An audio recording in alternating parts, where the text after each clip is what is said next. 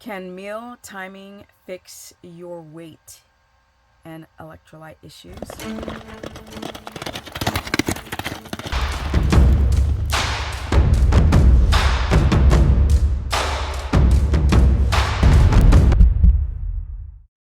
Welcome everyone to my very humble channel, because I live in a camper and I don't really push my affiliate programs, and I love teaching people. But let's get into it. I want to talk about, and this is very important, meal timing. It's a very unsexy subject, but if you do not eat to a circadian rhythm, it plays a big role in your dysglycemia, in the fact that you're waking up at night. Meal timing is everything. So a part of it is that you don't want to fast, right? Most people have dysglycemia. That means that their blood sugar cannot stabilize, and it should bounce up and down, but small titrating up and down, not like these massive peaks and valleys.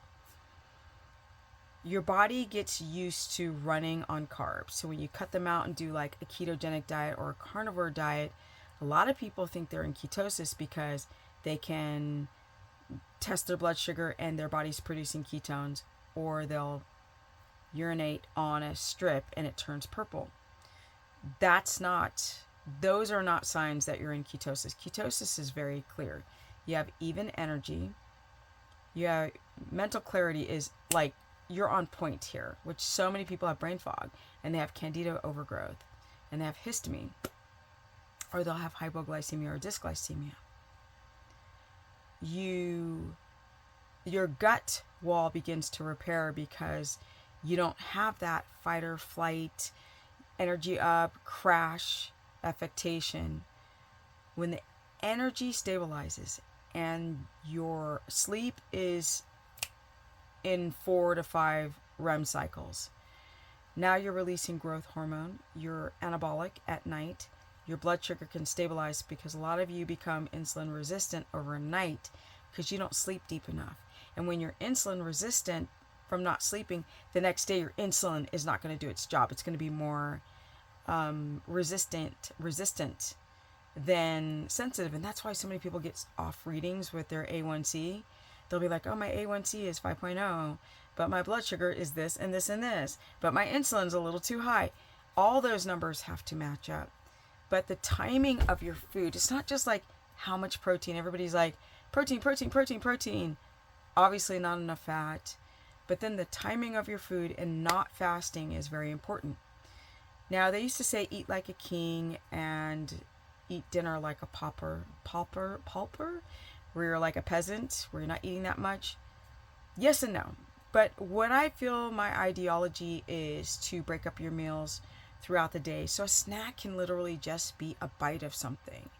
It's just enough to tell the hypothalamus, pituitary, adrenal axis, hey, I'm not starving. Don't overcrank cortisol, because cortisol, if you're constantly dripped in cortisol, then your estrogen and your estrone, your fat cells start making more estrogen, and then you try to fast, and then you develop more estrone. People try to fast to lose weight.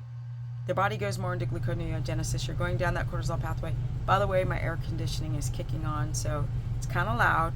But today was stifling, humid. We're supposed to have like crazy storms going on. They haven't happened yet, so let's hope they don't pass where I'm at.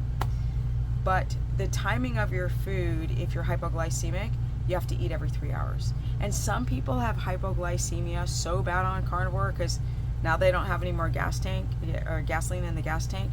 You have to eat every 2 hours.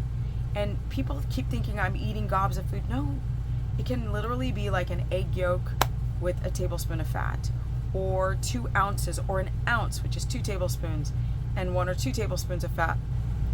So let's say, and it depends on your work day, or if you're a stay-at-home mom, it really depends on what time you wake up. So if you're getting up and you know that you're waking up at 4 a.m. in the morning, you're not going to eat within 30 minutes.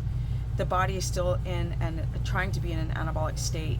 And when you're eating, it's sort of catabolic, because that's what you would do in the daytime. So you would have something small, like a carnivore latte, which is an egg yolk raw in a hot glass of water with a little fat. Or you might want to have a bite of something. Sometimes fat is not enough. A fatty protein is going to require more stomach acid, more protease and lipase, and a gallbladder. So it slows down the digestion and prevents your blood sugar from bouncing too high if you were to eat a big ass protein meal or even too much fat. Because if your gallbladder's jacked up and you're trying to eat 6 tablespoons of fat at 4 in the morning, the body's like, I'm not supposed to be digesting this at this time.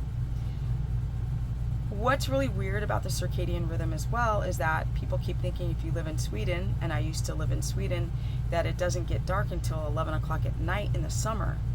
But we're designed to be near the equator, so I did an experiment and I used blackout windows, went to bed at 10 when I went to go visit Sweden.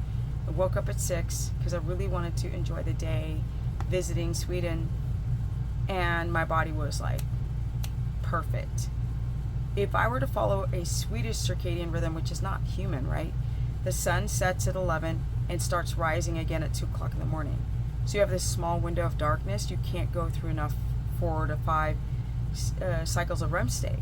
So it really appears, right, because this is a theory, that everyone does best by going to bed at least by 10, no later than 10, preferably 9, and waking up at 5 or 6 in the morning. You should wait 30 minutes if you're waking up at 6. If you're waking up at 4 because you're going to the gym, have something that's easy to digest, like ground beef, because it's already been minced. Or you could do the Carnivore latte if you can tolerate eggs, right? Or an avocado if you can tolerate avocado. Something that's easy to digest is really, really important, rather than a hunk of meat that early. So if I were to wake up at, let's say, 4 and then go to the gym, I would have a Carnivore latte, and I would do about probably 6 to 8 ounces, and then do the workout, do all that stuff, come back, and then eat immediately post-workout. A proper breakfast. Then eat every 3 hours after that. So you want to have... but if you don't, I said so too many times. If you're waking up because you're home schooling your kids and you're at home, get up and eat a breakfast. Have your workout mid-morning, because that workout later is always going to be better once all the rhythm of your hormones is now according to the circadian rhythm, and blood's flowing and vasodilation and your cortisol rhythm is on point. You haven't hit the melatonin wall yet. That happens around 4.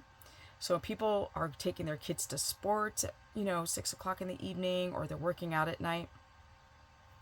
They tend to be more catabolic. If they're eating late, the stomach's not digesting the food because the body's trying to relax, not digest food. That's like training for the Olympics late at night. So it doesn't. It just sits in the stomach. Then you're not hungry in the morning.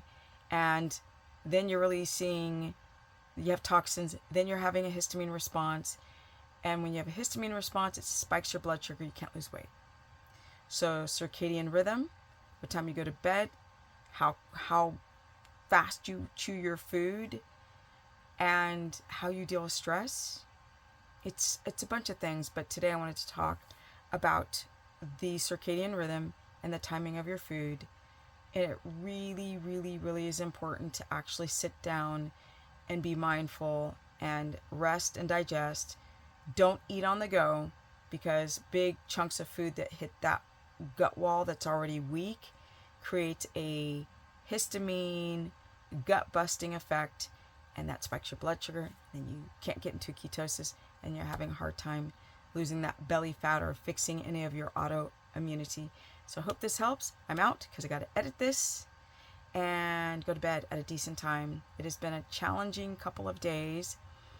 FYI, I'm doing an expose. I just need the time to sit down and do it, of the meat stock, and I'm going to say it again, the meat stock retreat, where, in my opinion, the man who organized it, Scott Everson, tried to scam people, including me.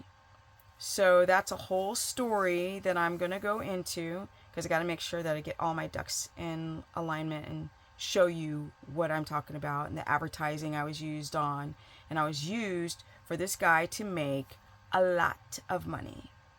Okay? And I'm not going to be used anymore. That was a very good lesson for me, Scotty. So I will continue to make videos, so don't try to threaten me. And I'm out. Oh, if you guys want to learn more, you can go to stephanieperson.com, book a consultation, or you can go to my Instagram, which is Stephanie Ketogenic, my Facebook fan page, which is Stephanie the Business Person. Yeah, and I'm out. I just want to remind you guys that life will throw you lemons, but you always have to make lemonade. And never let anybody bully you. Never let anybody take advantage of you or use you. For me, I'd say the last couple weeks has been a really good learning experience to stand up for yourself and don't let anybody try to push you over. And never let anybody use you. I've done that, and we're done. Energy! Life is good. Stay tuned. I am doing a second channel that's going to cover more of the day in the life of Steph. Not just food, but exercise. And the way you think. A lot of DIYs on how I'm going to build a lot of this stuff myself. A whole new life in Tennessee. I'm from Hollywood, California, and I left that life. And I'm going to leave all the carnivore and keto stuff and just be in my own lane, because that's what I've been doing all along. If you need to book a consultation, go to stephanieperson.com. I have a course where I cover all 3 diets, and I also cover exercise and just your health. It's not just about these stupid diets. It's about your health. Women and men who are getting older, young people who are toxic, who are trying to fix their broken bodies, because you're starting to see thyroid issues in young people today, low testosterone in young guys, and then people who are middle-aged are having a hard time not glycating. And I want to teach people how to stay young and fresh and funky. You don't have to age like an old rotten apple. And soon, everything, like my camper is still getting fixed. My house is still being built. And so once everything levels off, I will finish the 30-day challenge. So instead of trying to make that date, I was trying to do it all the time and just too many things came up. I'm going to finish everything, then release the date. And I'm out. Peace.